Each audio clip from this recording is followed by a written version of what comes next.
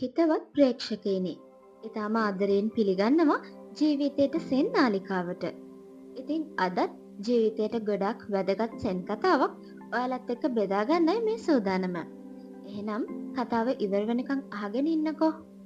එකමත් එක කාලෙක බුද්ධිමත් සහ ඉතා ප්‍රඥාවන්ත සෙන් ගුරුවරයෙක් හිටියා. ඔහු ජීවත් වුණේ කඳු අතර පිහිටි ලස්සන කඳු පන්තියකින් වටවුණු සාමකාමී සෙන් ආරාමයක.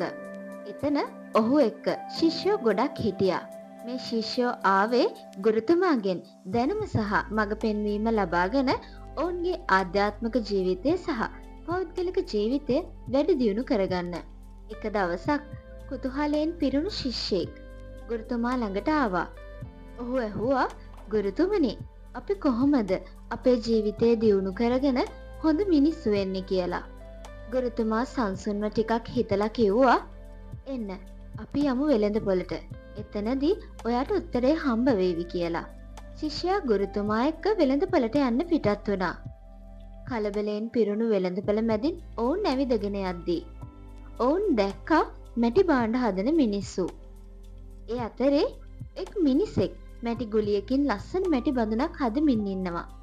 ශිෂ්‍යයා ඒක දිහා බලන් හිටියා.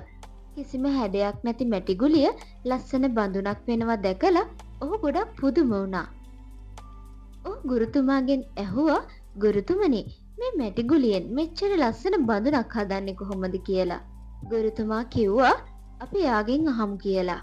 ඔවුන් මැටි භාණ්ඩ හදන මිනිසයා ළඟට ගියා.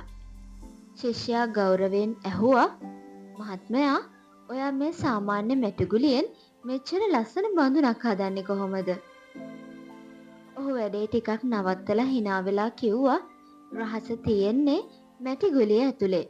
මැටි ගුලිය මෘදු නිසා මට ඕනෑම හැඩයකට හදන්න පුළුවන්. ඒත් මැටි තදයි නම් වෙනස් කරන්න බැරි තත්වයක තියෙනවා නම් මගේ හැකියාවෙන් කිසිම වැඩක් නෑ. බඳුනේ ලස්සන එන්නේ මැටිවල තියෙන මෘදු ගතිය නිසා" කියලා කිව්වා. ශිෂ්‍යයා ඒ වචන අහලා ටිකක් ඒ ගැන හිතන්න ගත්තා. ඔවුන් ඒ පුද්ගලයාට ස්තුති කරලා ආයෙත් ඇවිදගෙන ගියා. වෙළඳපොළෙන් එළියට එනකොට ගුරුතුමා ශිෂ්‍යයා දිහා බලලා කිව්වා, "ඔයා කුඹල්කරුවා කිව්ව දේ අහගෙන හිටියා නේද? ඒක තමයි ඔයාගේ ප්‍රශ්නෙටත් උත්තරය. මැටි මෘදුයි. වෙනස් කරන්න ලේසි නම් ඒකෙන් ලස්සන දෙයක් හදන්න පුළුවන්. අපේ ජීවිතෙත් එහෙමයි. අපි වෙනස්කම් බාරගන්න ලෑස්ති වෙලා නම්‍යශීලී වෙලා ඉන්න ඕනේ. එතකොට අපිට දියුණු වෙන්න, හොඳ මිනිස්සු වෙන්න පුළුවන්. නව තත්ත්වයන්ට අනුවර්තනය වෙලා හැම අත්දැකීමකින්ම ඉගෙන ගන්න ඕනේ. එතකොට අභියෝග එනකොට අපිට ඒවා අවස්ථා බවට පත් කරගන්න පුළුවන්. ඒත් අපි නම්‍යශීලී නොවි වෙනස් වෙන සූදානමක් නැතුව ඉන්නවා නම් අපේ දියුණුව නතර වෙනවා." ශිෂ්‍යයා ඒ වචන තේරුම් ගත්තා. එදා ඉඳලා ඔහු තීරණය කළා ජීවිතේ නම්‍යශීලී වෙන්න, වෙනස්කම් බාරගන්න, හැම අත්දැකීමකින්ම ඉගෙන ගන්න, අභියෝග භාවිතා කරලා තමන්ව හොඳ මිනිහෙක් කරගන්න. අපේ ජීවිතෙත් හරියටම මැටි ගුලියක් වගේ. ඒක මෘදුයි, හැඩගස්වන්න පුළුවන් වගේම ලස්සන දෙයක් බවට පත් කරන්නත් ඉඩ තියෙනවා.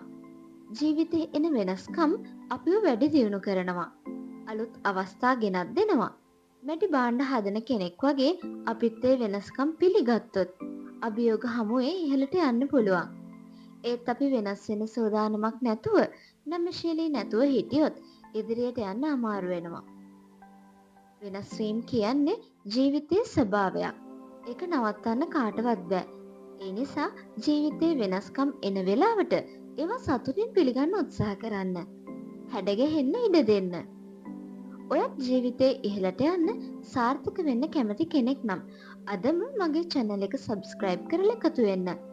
ජීවිතේ හැඩගස්වා ගන්න උදව් වෙන මේ වගේ වැදගත් කතාවකින් හමු වෙමු.